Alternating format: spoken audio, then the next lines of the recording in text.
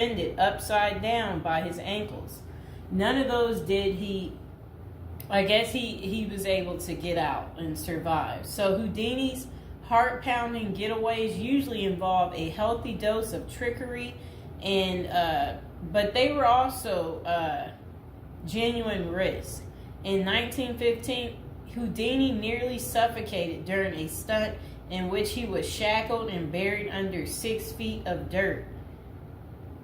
Houdini had made a career out of surviving the impossible, which only made the circumstances of his 1926 death all more mysterious. The 52-year-old performed before a packed audience in Detroit on October 24th, but was rushed to the hospital afterwards with an apparent case of appendicitis. He died just a week later on Halloween, leaving his legions of admirers bewildered. Okay, so an obituary in the New York Times expressed shock at the passing of the man who so often had seemed to thousands to be cheating the very jaws of death. And I want to talk about something else. So I've been to Detroit, and I don't remember anybody talking about Houdini there. And I think they should have had some of his cool, iconic stuff there. But I did see they had Houdini stuff in Las Vegas when I was in Vegas. So, I don't know why they don't have it set up in Detroit. So Houdini's final performance, the strange series of events that led to Houdini's demise, had kicked off several weeks earlier on October 11th, 1926, while being shackled into his Chinese water torture cell during a performance in Albany, New York. So it says he was struck on the leg by a piece of faulty equipment. He hobbled his way through the rest of the show, but was later found to have sustained a fractured left ankle. Against doctors' orders, Houdini continued his torture and traveled to Montreal, where he gave a lecture at McGill University. Just a few days later, on October 22nd, he invited some McGill students to visit him in his dressing room at the Princess Theater. The magician's sore ankle was still bothering him, so he plopped down on a couch while the group chatted. At some point, a student named J. Gordon Whitehead arrived and asked Houdini if it was true that he could resist hard punches to his abdomen, a claim that the magician had supposedly made in public. According to witness Sam Smits, when Houdini said the rumors were true, Whitehead abruptly delivered 4 to 5 terribly, forcibly deliberate, well-directed blows to his stomach. Houdini was still reclined on the couch and had no time to prepare for the punches, which appeared to leave him in considerable pain. And now would be a good time to like the video and to subscribe to my channel. Do you like this new series? This is the Death series, and there will be more series to come and more episodes from the Death series as well. And do you like my prison series? And if you haven't checked out my prison series I created just for you, you can go ahead and check out my playlist. And there's also a love spell series that I think you will enjoy too checking out. Okay, so Houdini brushed off the incident at the time, but that same evening he began to complain of discomfort and stomach cramps. His condition only worsened the next day when he boarded an overnight train to Detroit for a new run of performances. The magician developed severe abdominal pain, cold sweats, and fatigue, and his temperature rose to 104 degrees. A doctor suspected appendicitis and instructed Houdini to go to a hospital, but the performer insisted on taking the stage for his opening night show at Garrick Theater. Isn't that really funny? He still wanted to work even though he wasn't doing so well. Okay, he proceeded to struggle through his routine before collapsing immediately after the final curtain. The show would be Houdini's last. The same night, he was taken to a Detroit hospital and prepared for surgery.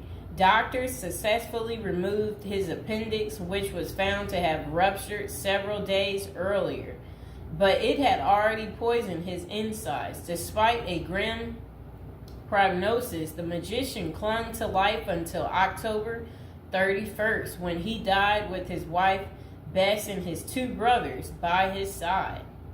The official cause of Houdini's death was listed as peritonitis caused by a ruptured appendix. At the time, the magician's doctors firmly believed that the illness was the result of so I guess some guy had given him something backstage during an encounter in Montreal. Okay, so such cases of traumatic appendicitis are extraordinarily rare. One study found only a couple dozen instances over a nearly 20-year period, but in 1926 the diagnosis was widely accepted. Houdini's life insurance company was even forced to pay his wife a double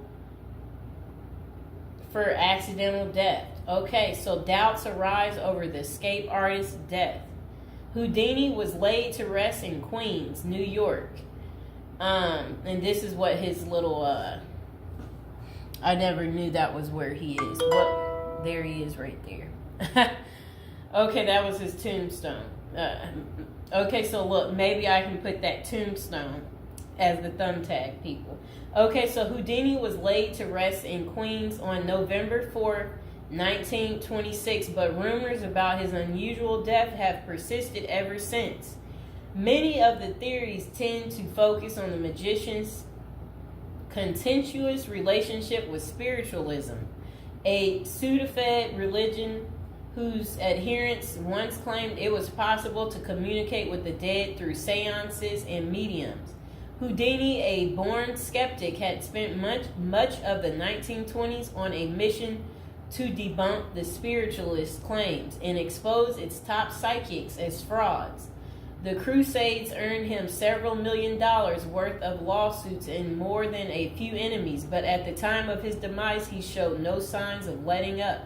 Just a few months earlier, he had testified in front of Congress in support of a bill to outlaw fortune-telling in Washington, D.C. Could Houdini's meddling have gotten him killed? In the 2006 biography, The Secret Life of Houdini, authors William Kalash and Larry Sloman contend that the magician's death may have been a carefully planned assassination by members of the spiritualist community. If one were to suspect Houdini a victim of foul play, they write, then the section of organization crime that was composed of fraudulent spirit mediums must be considered likely suspect. Okay, so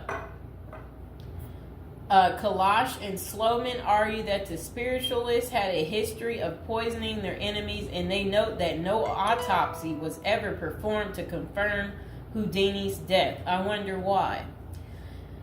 So his death was actually caused by appendicitis. If someone were hell-bent on poisoning Houdini, it wouldn't have been very difficult, they concluded. Considerable debate has also focused on J. Gordon Whitehead, the McGill student who supposedly delivered the potentially fatal gut punches to Houdini's Montreal dressing room.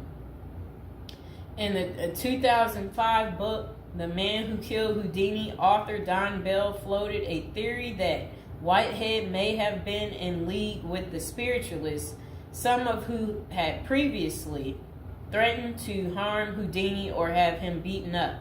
Bell concluded that there was not enough evidence to connect Whitehead to any kind of criminal plot, but others have argued that he was an enemy agent who stalked Houdini during the magician's time in Montreal. Okay, so was Houdini murdered? The true cause of Houdini's demise may never be known for sure, but the majority of scholars tend to dismiss the murder theories as mere speculation. For them, the more pressing question is whether Houdini's ruptured appendix had any connection to the stomach blows he received a few days earlier. Don't forget to like the video, and if you're new to the channel, go ahead and hit that subscribe button. So while the evidence shows that such conditions is indeed possible, Many consider it more likely that Whitehead's punches simply caused Houdini to ignore an already existing case of appendicitis. By the time the magician finally sought out treatment, the theory goes it was already too late. Interestingly, perhaps the most sought after source for information about Houdini's death is none other than Houdini himself in what amounted to his ultimate test of the spiritualist's claims. The magician promised his wife Bess that he would try to communicate with her from beyond the grave. Bess went to hold an annual Houdini seance for 10 years before finally abandoning the search in 1936. Fans and fellow magicians have since made the seance a Halloween tradition, but thus far, the great Houdini's ghost has refused to speak. I wonder why. So I hope you guys